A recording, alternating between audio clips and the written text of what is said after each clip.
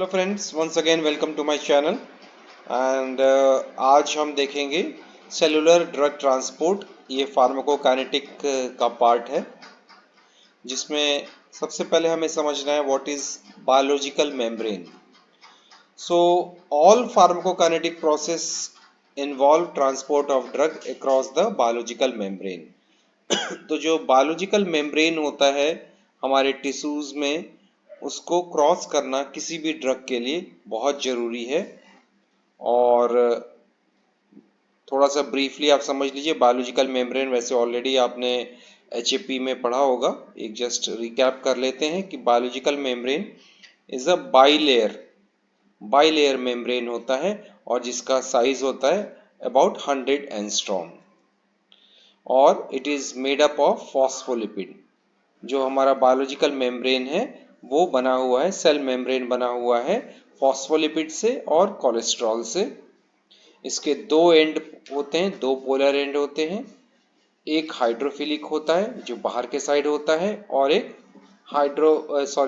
Hydrophilic होता है जो बाहर के साइड होता है, हाइड्रोफिलिक होता है। और जो अंदर का साइड होता है वो हाइड्रोफोबिक होता है। यहाँ हाइड्रोफिलिक लिखा है बट वो हाइड्रोफोबिक होता है। एंड उसके इंट्रिंसिक और एक्सट्रिंसिक मतलब अंदर में और बाहर में दोनों साइड में प्रोटीन्स भी एड्जॉर्ब होते हैं, जो लिपिड लेयर में एड्जॉर्ब होते हैं, जो ट्रांसपोर्टर का वर्क करते हैं। So it also has a intrinsic and extrinsic protein molecule which adsorb the lipid which adsorb on the lipid layer. अब इसके बाद हमें समझना यह है कि ड्रग ट्रांसपोर्ट दो तरीके से होता है। एक को हम लोग पेसिव डिफ्यूजन और फिल्टरेशन बोलते हैं, और सेकंड को हम लोग स्पेशलाइज्ड ट्रांसपोर्ट बोलते हैं। तो ये जैसा मैंने बताया था, ये एक डायग्राम रिप्रेजेंटेशन है हमारे सेल मेम्ब्रेन का, बायोलॉजिकल मेम्ब्रेन का। यहाँ पे आप देखें तो दो साइड हैं, एक हाइड्रोफिलिक जैसा मैंने बताया था, एक हाइड्रोफिलिक साइड होता है, एक हाइड्रोफोबिक साइड होता है। अंदर में हाइड्रोफोबिक होता है और बाहर में हाइड्रोफिलिक होता है। इंट्रिंसिक प्रोटीन भी यहाँ आप देख सकते हैं, जो एक्सट्रिंसिक प्रोटीन है जो अंदर में है, और इंट्रिंसिक प्रोटीन होते हैं जो अंदर होते हैं, एक्सट्रिंसिक बाहर के साइड में होते हैं, और ये ट्रांसपोर्टर का वर्क करते हैं। अब हम देखते हैं पेसिव डिफ्यूजन क्या होता है।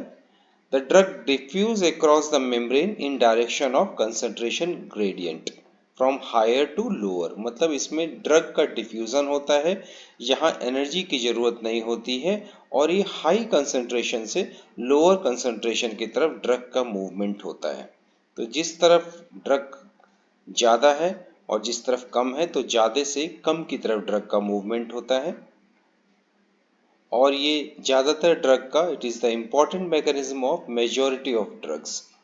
अब इसमें खास बात यह है कि ड्रग्स वही डिफ्यूज होते हैं जो लिपॉइडल नेचर के होते हैं, जो लिपिड नेचर के होते हैं, वही डिफ्यूज हो सकते हैं इस लिपॉइडल मैट्रिक्स सेल मेम्ब्रेन में।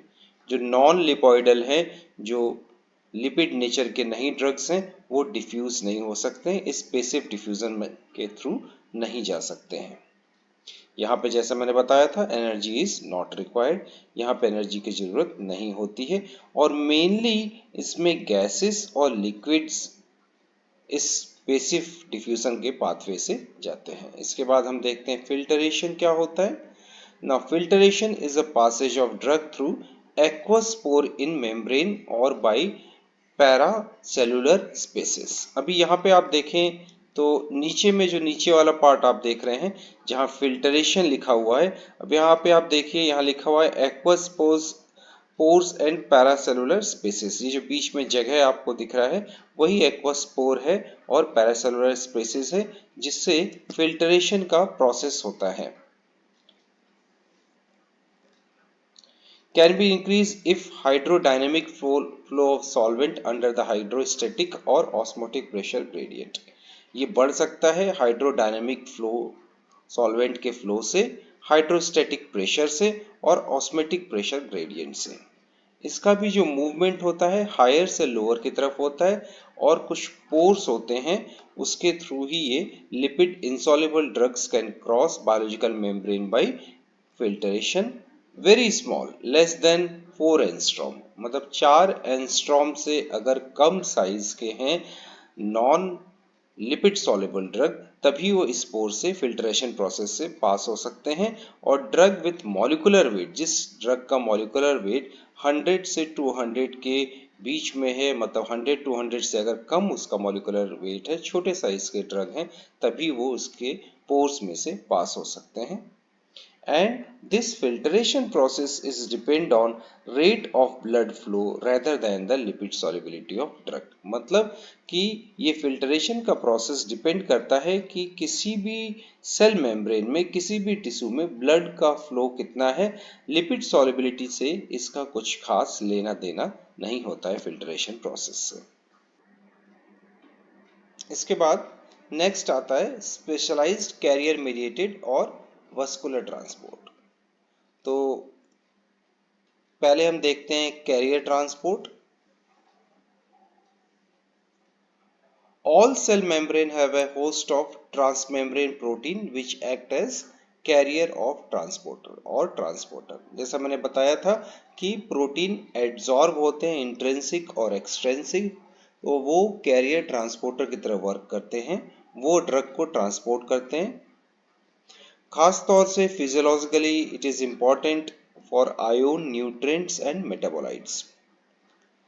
The transporter combine transiently with their substrate। Transient मतलब कुछ देर के लिए, तो ये ट्रांसपोर्टर कुछ देर के लिए ट्रांजिएंट कंबाइन करते हैं अपने सबस्ट्रेट के साथ, आयोन और ऑर्गेनिक कंपाउंड के साथ। कुछ they undergo certain conformational changes, मतलब उनके अंदर कुछ ट्रांसपोर्टर के अंदर थोड़ा चेंज आता है। दे कैरी सबस्ट्रेट, वो सबस्ट्रेट को कैरी करते हैं और सेल मेम्ब्रेन से होते हुए सेल के अंदर वो सबस्ट्रेट को लेके जाते हैं, डिसोसिएट हो जाते हैं, मतलब अलग हो जाते हैं ट्रांसपोर्टर, और ट्रांसपोर्टर वापस अपने ओरिजिनल स्टेट में चले जाते हैं। And this can be facilitated type और एक्टिव ट्रांसपोर्ट। तो कैरियर ट्रांसपोर्ट दो टाइप के होते हैं, फैसिलिटेटेड डिफ्यूजन के थ्रू होते हैं और सेकंड एक्टिव ट्रांसपोर्ट के थ्रू होते हैं। फैसिलिटेटेड डिफ्यूजन क्या होता है? In this, the transporter belong to super family or of solute carrier, SLC transporters इन्हें हम बोलते हैं, और ये belong करते हैं super family of solute carrier से। And facilitated diffusion में transporter are working passively without need of energy। बिना एनर्जी के नीड के ये ट्रांसपोर्टर वर्क करते हैं और ये सबस्ट्रेट को ट्रांसलोकेट करते हैं, एक जगह से दूसरे जगह लेके जाते हैं, विच मीन्स कि सबस्ट्रेट को मेम्ब्रेन के बाहर से सेल मेम्ब्रेन के अंदर लेके जाते हैं in the direction of electrochemical gradient, which means higher concentration से लोअर कंसंट्रेशन की तरफ ये लेके जाते हैं सबस्ट्रेट को कंबाइन करके। Example, glucose into muscle and fat cell by glucose transporter, जिसे हम GLUT4 कहते हैं। तो ये ट्रांसपोर्टर है GLUT4, GLUT4 ट्रांसपोर्टर है जो ग्लूकोज को अब मसल्स और फैट सेल्स में ट्रांसफर करता है फैसिलिटेटेड डिफ्यूजन के थ्रू, जहां एनर्जी की जरूरत नहीं होती है। अब एक्टिव ट्रांसपोर्ट क्या होता है? सेम प्रोसेस तो होता है लेकिन यहाँ पे एनर्जी की जरूरत होती है। The transporter transport the solute against the electrochemical gradient. मतलब पिछले फैसिलिटेटेड में हमने देखा था, फैसिलिटेटेड डिफ्यूजन में देखा था कि हायर कंसंट्रेशन से लोअर कंसंट्रेशन की तरफ सोल्यूट ट्रांसफर होता है ट्रांसपोर्टर से। इसमें एक्टिव ट्रांसपोर्ट में लोअर कंसंट्रेशन से हायर कंसंट्रेशन की तरफ ये सॉल्यूट को ट्रांसफर करते हैं transporter. Drug related to normal metabolites utilise transporter process. Example, levodopa, methyl dopa absorb from gut by aromatic amino transporter. अब इसका जो ट्रांसपोर्टर का नाम है मिथाइल डोपा और लिवोडोपा के लिए उसका नाम है एरोमेटिक अमीनो ट्रांसपोर्टर, जो गट से, मतलब हमारे जो हमारा एलिमेंट्री कैनाल होता है, इसके थ्रू एरोमेटिक अमीनो ट्रांसपोर्टर के थ्रू सेम प्रोसेस में एक्टिव ट्रांसपोर्ट का प्रोसेस करते हैं। अब ये दो तरह के एक्टिव ट्रांसपोर्टर्स होते हैं या दो तरह का एक्टिव ट्रांसपोर्ट होता है। Number one which is called primary active transport and दूसरे को हम लोग सेकेंडरी एक्टिव ट्रांसपोर्ट करते हैं। यहाँ पे देखिए डायग्रामेटिकली थोड़ा सा डिटेल बताया गया है। जो ए नंबर आप पिक्चर देख रहे हैं ये पेसिव ट्रांसपोर्ट है, जहाँ हायर कंसंट्रेशन से लोअर कंसंट्रेशन की तरफ ड्रग का मूवमेंट हो रहा है, एनर्जी की रिक्वायर्ड नहीं होती है। जो बी नंबर आप पिक्चर देख रहे हैं it is a example of active transport, जहां एनर्जी की जरूरत है, लोअर कंसंट्रेशन से हायर कंसंट्रेशन की तरफ मूवमेंट हो रहा है और दोनों में ही ट्रांसपोर्टर की जरूरत पड़ती है। इसके बाद हम देखते हैं प्राइमरी एक्टिव ट्रांसपोर्टर क्या होते हैं। प्राइमरी और सेकेंडरी दोनों ही जो मैंने बताया था एक्टिव ट्रांसपोर्टर, दोनों में ही एनर्जी की जरूरत होती है। डिफरेंस ये है कि प्राइमरी एक्टिव ट्रांसपोर्टर में एनर्जी जो आती है, energy is obtain directly by hydrolysis of ATP. ATP के हाइड्रोलिसिस से एनर्जी यहाँ ऑब्टेन होती है। Transporter belong to a super family of ATP binding cassette transporter. तो इसके जो ट्रांसपोर्टर होते हैं ये बिलोंग करते हैं super family of ATP binding cassette transporter से, and they mediate the influx of solute from cytoplasm and extracellular, cytoplasm extracellular और इंट्रासेलुलर। इसका मतलब क्या होता है कि ये सॉल्यूट को साइटोप्लाज्म मतलब सेल के अंदर में थ्रू सेल मेम्ब्रेन इन्फ्लक्स भी करते हैं, अंदर भी सॉल्यूट को लेके आते हैं और एक्स्ट्रासेलुलर बाहर भी लेके जाते हैं। तो इन्फ्लक्स ये अंदर भी करते हैं, इंट्रासेलुलर एंड एक्स्ट्रासेलुलर दोनों तरीके से करते हैं।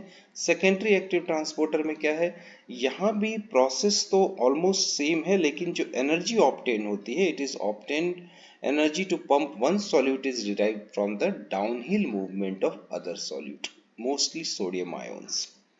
तो एक सॉल्यूट दूसरे सॉल्यूट के डाउनहिल मूवमेंट से जो एनर्जी ऑब्टेन्ड होता है उससे ये प्रोसेस होता है। अगर दोनों ही सॉल्यूट एक ही डायरेक्शन में मूव करते हैं तो उसे हम लोग सिम्पॉट और को ट्रांसपोर्टर कहते हैं। और अगर दो सॉल्यूट मूव करते हैं अपोजिट डायरेक्शन में, एक बाहर के साइड और एक अंदर के साइड सेल मेम्ब्रेन के, ऐसा कुछ अगर होता है तो उसे हम एंटीपॉट या एक्सचेंज ट्रांसपोर्टर कहते हैं। लास्ट पार्ट है विच इज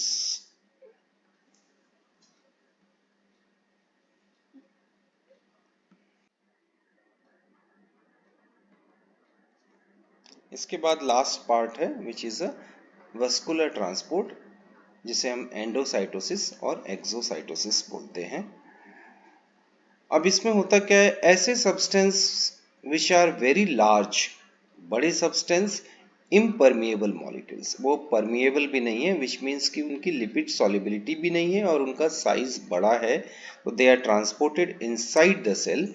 अगर ऐसे मॉलिक्यूल सेल के अंदर अगर ट्रांसपोर्ट होते हैं तो उन्हें हम लोग एंडोसाइटोसिस कहते हैं। और सेल से बाहर, अगर ये सेल से बाहर हो रहे हैं, एक्सट्रूडेट हो रहे हैं या फिर सेल के बाहर हो रहे हैं, तो उसे हम लोग एक्सोसाइटोसिस बोलते हैं। एक्सट्रूडेट हो रहे हैं मतलब बाहर जा रहे हैं तो एक्सोसाइटोसिस, और अगर इनसाइड आ रहे हैं ऐसे मॉलिक्यूल, बड़े साइज के इनपरमेबल मॉलिक्यूल, तो उन्हें हम लोग एंडोसाइटोसिस कहते हैं। अब ये कैसे आते हैं, by enclosing their particle into tiny vesicles, मतलब छोटे छोटे वेसिकल्स बनते हैं और उसके अंदर में ये मॉलिक्यूल्स ट्रैप हो जाते हैं। वेसिकल्स मतलब खाली जगह। So a binding protein is located on the membrane surface complex with the substrate and start vesicle formation. मतलब ये कि जो बाइंडिंग प्रोटीन्स होते हैं वो मेम्ब्रेन में, सेल मेम्ब्रेन के ऊपर लोकेट होते हैं, वो सेल मेम्ब्रेन के ऊपर होते हैं और वो सबस्ट्रेट के साथ एक कॉम्प्लेक्स बनाते हैं एंड एक वेसिकल फॉर्मेशन वो स्टार्ट करते हैं। और एक बार जब वेसिकल्स बन जाता है और वेसिकल में जब सबस्ट्रेट आ जाता है, ड्रग या सब्सटेंस सबस्ट्रेट आ जाता है, तो वेसिकल डिटैच हो जाते हैं उस मेम्ब्रेन से और वो सेल के अंदर स्टोर हो जाते हैं। They can also release substrate in cytoplasm or may move to opposite membrane, fuse with it and release the substrate across the cell. मतलब ये सेल के अंदर और सेल के बाहर भी सबस्ट्रेट को इसी प्रोसेस से किया जा सकता है। अब इसमें दो टर्म होता है, फेगोसाइटोसिस जब सॉलिड का इनगल्फमेंट होता है सॉलिड मटेरियल का, और पिनोसाइटोसिस जब लिक्विड या छोटे साइज के मटेरियल्स को इनगल्फमेंट सेल करते हैं तो उसे हम लोग पिनोसाइटोसिस कहते हैं। डायग्रामेटिकली आप देख लें तो डायग्रामेटिकली ये ऐसा ही है। यहाँ प्रोसेस ऊपर में देखिए, एक ऊपर में सबस्ट्रेट है जिसको कि फेगोसाइटोसिस से कंबाइन किया, एक वेसिकल्स फॉर्म हुआ, वेसिकल सेल के अंदर गए और वो नीचे में अगर आप देखें तो अगेन वो बाहर भी निकल जा रहा है जिसे हम लोग एक्सोसाइटोसिस कहते हैं। और ये जो सेल के अंदर में वेसिकल्स बन के आ रहा है सबस्ट्रेट, उसे हम लोग एंडोसाइटोसिस कहते हैं। तो ये पूरा प्रोसेस है सेलुलर ट्रांसपोर्ट का, सेलुलर मेम्ब्रेन ट्रांसपोर्ट का, जो अभी मैंने आपको बताया है। तो आपको अगर पसंद आए तो वंस अगेन रिक्वेस्ट रहेगी, इसको सब्सक्राइब कीजिए, चैनल को शेयर कीजिए अपने फ्रेंड्स के बीच में। और अगर कोई भी फर्दर डाउट्स है, कुछ और इन्फॉर्मेशन चाहते हैं तो do right in comment box. Thank you so much.